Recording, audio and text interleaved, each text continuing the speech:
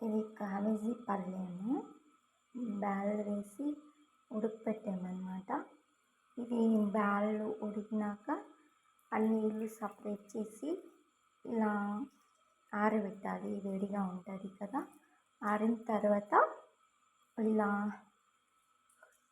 ఇలా చేయాలి అన్నమాట. క్యాబేజీ అండ్ బ్యాళ్ళని ఇలా చేస్తే డ్రై అవుతుంది. వాటర్ అని డ్రై అయినాక మనం తిరుగుబాతు కట్ చేసుకుంటాం కదా, ఉల్లిపాయలు ఎండుమిర్చి అంతా వేసి తిరుగుబాతు వేస్తే క్యాబేజీ పళ్ళెం రెడీ.